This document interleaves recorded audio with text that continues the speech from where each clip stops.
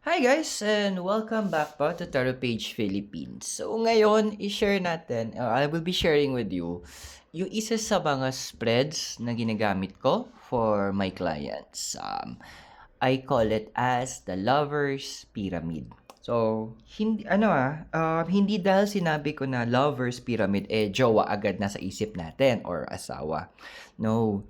Kaya yun lang yung isip kong term kasi this is about any type of relationship po do. So, pwede itong gamitin maybe, yan nga, sa karelasyon nyo, magulang, with your kapatid, katrabaho, actually kahit sa pusa. Hihi.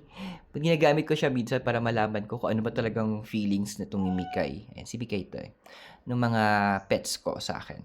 So, it's also about any relationship applicable siya. So, bago tayo dumiretso on that topic, kung bago kayo, please subscribe, like, and share.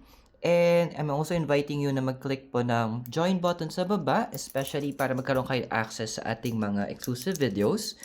At sa mga nais po ng private reading, pwede nyo pong message po kami sa ating Facebook page.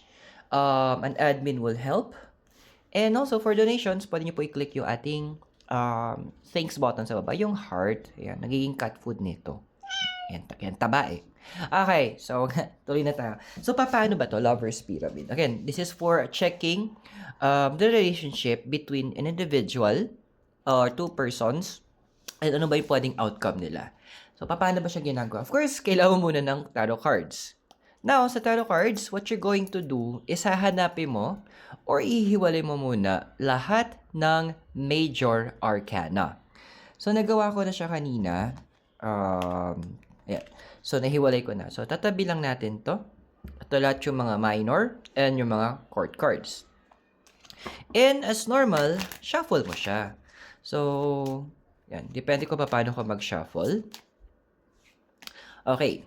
So, ganyan. Then, papato mo siya sa left hand mo using your right hand. Ito-twist mo siya. Yan. So, then, ikaw na bahala kung kailan ka titigil. So, let's say, yan. Okay na. Okay. So, tatabi mo muna siya. So, how or ilang cards bang kailangan para sa Lover's Pyramid? We need 4 cards. At, in a way, parang pyramid yung magiging style. So, let's say magpaparead sa'yo yung client. So, kukuha tayo ng isa, dalawa, tatlo. So, random tayong kumukuha kung saan. 4. Yan. Kaya siya Lover's Pyramid kasi, in a way, para din siyang pyramid. Ayan. Okay. So, this 4 represents it. So, ano ba yung first card? The first card, this is about your client. Or kung sinabasahan mo yung sarili mo, eto ikaw. The second card is eto yung partner ng client mo or partner mo. Pwede, again, this could be about, sabihin natin, family mo. It could be your mother, your father, siblings, cousin, aunts. Pwede rin sa best friend mo, sa prof mo, ganyan. Bakit ang init ang dugo ni prof sa akin, mga ganon. O katrabaho mo, kasosyo mo sa business, client mo, or kung sino man. Actually, minsan ginagamit ko siya, again, sa mga alaga akong pusa, checking their energies towards me. So again, ikaw to, or yung client mo, then this is the second person. This third card po, ito naman yung relationship nilang dalawa. Kamusta ba sila? Ano yung mga hanash? Ano mga energies with na sa kanilang dalawa at yung interaction nila at paikot lahat. Basta tungkol sa relationship nila. Yung huling card, this is the possible future. Now, bakit possible future?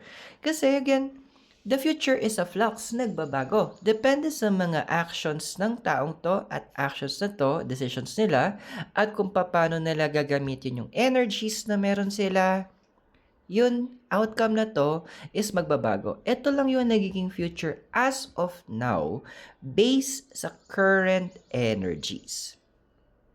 So, since wala naman tayong pinulot, so tingnan natin kung ano yung mga cards. Try nating basahin. Now, kung nagtatry ka na, sabihin natin, subukan sa sarili mo to, comment mo nga sa baba, sino yung, ano yung mga cards, and then sino yung, yung taong chinek mo, yung connection nyo with, tapos yung current situation nyo, tsaka yung future nyo. So, check natin. Let's try. Okay. So, we have here si Magician. Sunod dito, si Hermit.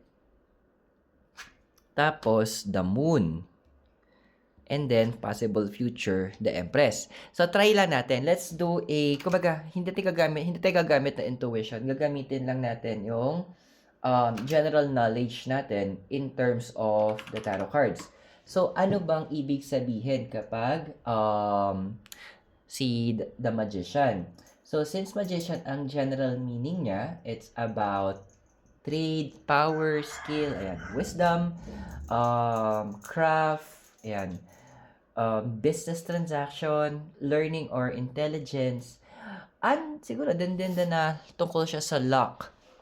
Pero reverse siya. So, pwede natin i-assume tong taong to, ayaw niya talaga magsalita when it comes to being honest sa totoong nararamdaman. Banu siya. Ang pangit ang term ko. Ano siya, nananahimik, hindi niya kaya magsalita. Andoon na hindi niya kaya maging honest. Hindi siya nagsisinungaling. Hirap lang siyang magsalita and be honest. Pero yung partner niya, the Hermit, which is associated to Virgo, tungkol to sa search, solitude, medyo nag-wait pa, nag-reflect pa siya, parang soul-searching, ganyan. And nandun din na parang, in a way, retirement, pagod na. And this person, andun naman na siguro hindi siya ready na tanggapin yung, kada naghihintay din yung tao, yung partner neto, na magsabi siya, which is hindi niya kayang gawin. Kaya andoon na hindi din alam paano yung gagawin, hindi niya rin alam paano siya gagalaw or paano siya magre-react. Kasi nga, walang ghost, wala ditong direct. Alam mo yung kaya hindi ako niniwala yung mga signs. Kasi kung gusto talaga, dediretsuhin eh.